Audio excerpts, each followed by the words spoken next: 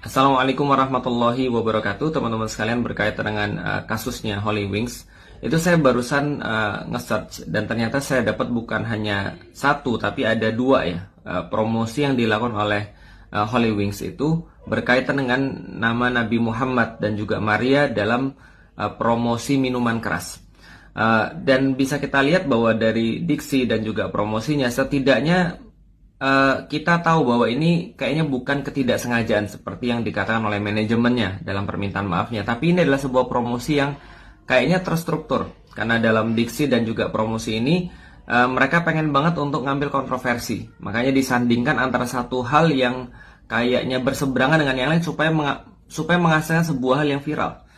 Misalnya contoh ya kayak tadi, minuman keras disandingkan dengan tokoh religius yang saat ini ya tentu saja kalau di dalam Islam Nabi Muhammad, kalau di dalam agama Kristen misalnya Maria misalnya, karena kan jarang orang yang namanya Yesus. Nah, karena itulah kita bisa tahu teman-teman sekalian bahwa hal ini itu ya disengaja gitu loh, maksudnya penghinaan, caci maki ataupun segala macam penistaan agama itu disengaja di Indonesia sekarang. Kenapa? Karena tidak ada tindakan daripada pemerintah ataupun pihak yang berwenang untuk membuat orang-orang kayak gini kapok. Sehingga kalau kita bicara tentang Islamofobia, orang-orang bilang bahwa Islam ini bikin kekerasan, Islam ini penuh dengan kebencian. Mereka nggak sadar bahwasanya yang mulai selalu itu bukan kaum muslimin. Baru-baru ini kita lihat di Singapura juga sama. Ada orang promosi bikini dengan nama-nama Allah, nama-nama ayat-ayat Al-Quran dan seterusnya. Ini kan sangat menyakiti. Orang-orang muslim itu di mana-mana diem. Cuman mereka itulah yang seringkali diprovokasi. Nah, ketika mereka merespon dengan keyakinan mereka, dengan iman mereka, mereka menyatakan pembelaan terhadap Nabi Muhammad, mereka menyatakan pembelaan terhadap Islam, maka mereka dibilang hate speech, mereka dibilang radikal, mereka dibilang kekerasan. Sekali lagi teman-teman sekalian, kasus-kasus semacam ini, Holy Wings ini cuma salah satu contohnya. Bahwasanya ada kelompok-kelompok yang mereka ini bukan kelompok beragama. Kita nggak bilang mereka dengan agama tertentu. Kenapa? Karena mereka ini adalah kelompok yang membenci agama dan mereka menjadikan simbol apapun untuk menyerang agama. Dalam kasus ini adalah mereka menjadikan nama-nama tokoh-tokoh religius untuk disandingkan dengan minuman keras. Karena mereka itu nggak mungkin atau sulit sekali atau kecil kemungkinannya. Seperti kalau saya promo, saya bilang gini, siapa yang beli hijab nanti siapa yang mau masuk Islam nanti saya kasih hijab misalnya. Itu kan adalah sesuatu yang sangat sulit. Dia pengennya cuma viral doang. Dia pengen cuma terkenal doang. Nah, sekali lagi ini adalah sebuah hal yang sistematis terjadi ada dalam pikiran orang-orang untuk mengolok-olok agama dan menganggap bahwa Indonesia ini sudah kayak negeri di luar ya, kayak di Amerika misalnya atau di Inggris misalnya, yang mengolok-olok agama itu adalah merupakan sebuah hal yang keren. Yang mengolok-olok agama itu merupakan sebuah tanda kemajuan.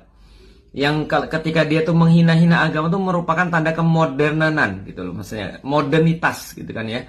Nah, ini adalah yang terjadi di luar. Karena kenapa? Karena sekali lagi pihak yang berwenang dan pemerintah itu tidak bertindak tegas terhadap perkara-perkara kayak gini. Karena itulah ini bukan akan yang terjadi yang terakhir kali, akan ada lagi yang lain. Karena orang-orang yang punya pikiran kayak gini itu banyak, dan ketika didiamkan bahkan kemudian ditambah dengan narasi Islamofobia, maka mereka mengatakan bahwa Islam ini memang layak untuk dijadikan sebagai bahan bulian. Jadi mereka seolah-olah berpikir bahwa ya ini sudah benar, bahkan ini adalah sebuah tindakan yang harus dilakukan.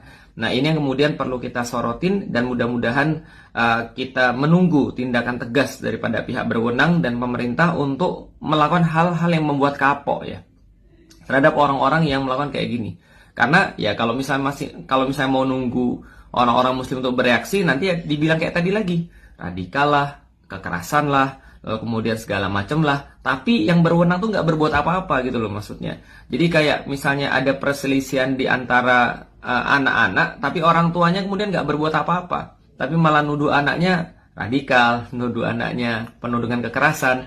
Ya kenapa orang-orang muslim itu harus berbuat? Kenapa orang-orang muslim itu harus bereaksi? Karena yang berwenang tidak bereaksi. Gitu loh maksudnya. Wallahualam bishawab teman-teman sekalian, semoga kita bisa mengambil pelajaran bahwasanya selama ini isu bahwasanya orang-orang muslim itu penuh dengan kekerasan, orang muslim itu penuh dengan radikalisme, ekstremisme, itu hanyalah sebuah hal yang ya khayal ya. Ternyata kita lihat yang diprovokasi itu justru orang-orang muslim. Selalu dan selalu. Dan mungkin nggak akan berhenti sampai dengan cuma kasus ini. Makanya apa yang perlu kita lakukan? Pertama, sebagai seorang individu muslim, report, blog, laporkan. Dan kemudian ya sampaikan bahwa ini adalah penghinaan terhadap agama, hate speech terhadap agama. Ini adalah sesuatu hal yang sangat provokatif. Walaupun sudah diberikan permintaan maaf, tapi sudah saya sampaikan ini adalah sesuatu yang sangat tersistematis. Ini adalah terstruktur. Promosinya ini adalah promosi yang dibuat terencana, bukan sesuatu yang begitu aja. Ya perkara kemudian itu nggak dilihat oleh atasannya, ya kenapa? Kenapa nggak dilihat? Dan ini kan sudah garis perusahaan ya. Jadi promosi itu kan harus sesuai dengan garis ya. Harus sesuai dengan ya brand yang ingin dibentuk tentang satu perusahaan atau tentang satu produk. Dan kalau kita di marketing, kita udah ngerti yang perkara-perkara kayak gini, bahwa nggak mungkin seseorang tuh menerbitkan satu brand, bahkan warna, bahkan diksi, bahkan apapun juga, kecuali itu harus sesuai dengan ya visi misi, dengan brand yang dibangun oleh yang ingin dibangun oleh produk atau yang ingin dibangun oleh perusahaan itu.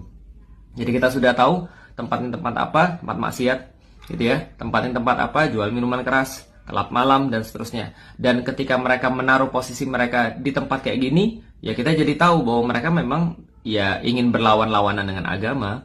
Dan itu bukan hanya Islam ya. Dan harusnya orang-orang Kristen juga merasa tersinggung ketika Maria itu disandingkan dengan minuman keras. Padahal kita tahu Maria adalah bunda suci di dalam agama Kristen. Di dalam Islam juga sama.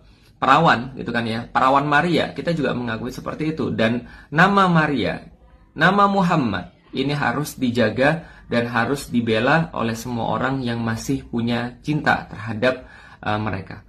Makasih teman-teman sekalian, semoga bermanfaat. Assalamualaikum warahmatullahi wabarakatuh.